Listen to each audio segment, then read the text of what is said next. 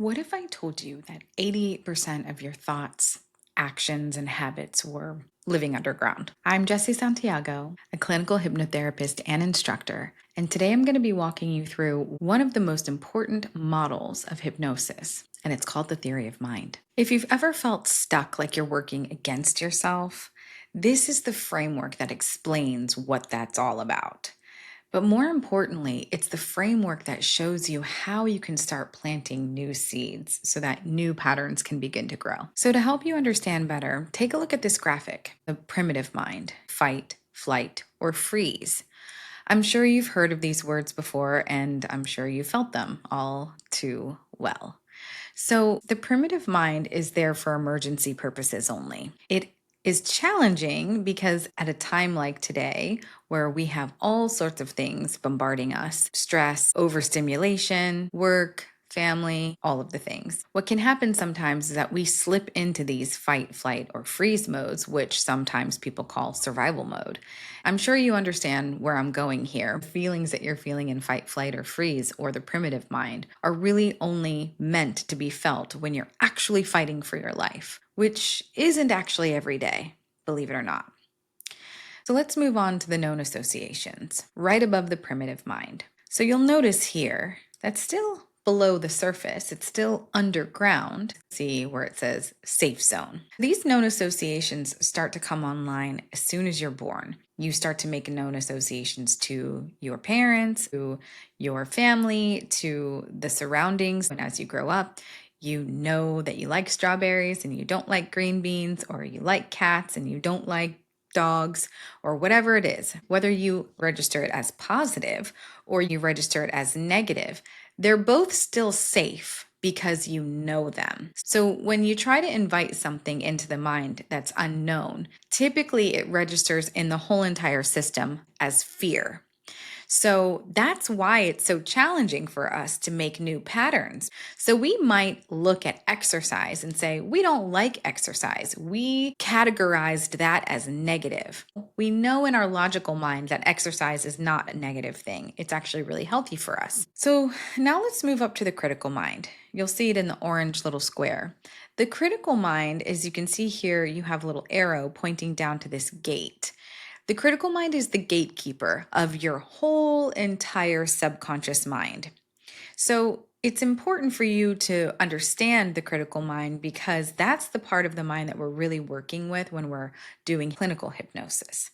So the critical mind is the very thing that tries to keep everything in the subconscious mind exactly the same. It pushes out anything that it doesn't know and says, nope, I don't know that. I register it as fear, so it has to go. And so it wants to try to keep everything right below the surface exactly the same because that's what it deems safe. So the critical mind comes online around the age of 8 to 10 years old, around the time that someone might realize that Santa Claus isn't real.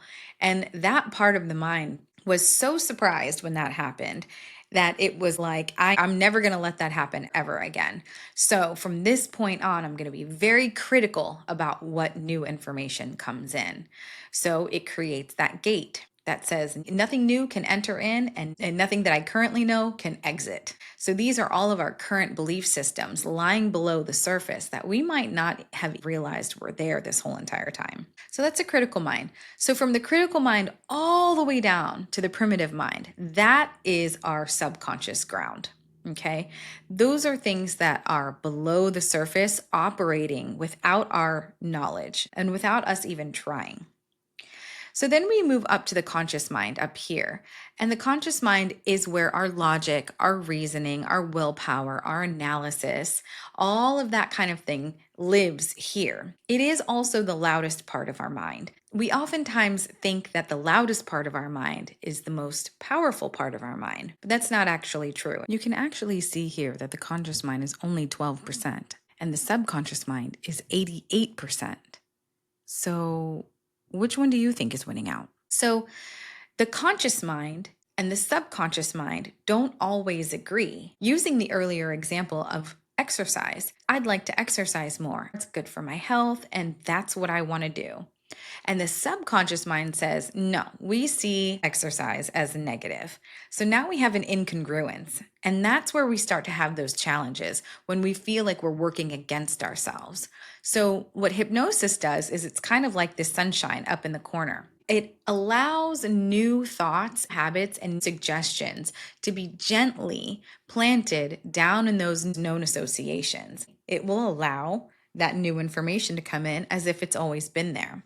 So, in hypnosis, what we do is we get you in a really relaxed state and we suggest these new habits, these new thoughts, and we hope that your subconscious mind takes a hold of them and starts to realize that, oh, this is normal. We've always understood this to be true, rather than the critical mind just automatically pushing those things out. That is the theory of mind, and that is how hypnosis works.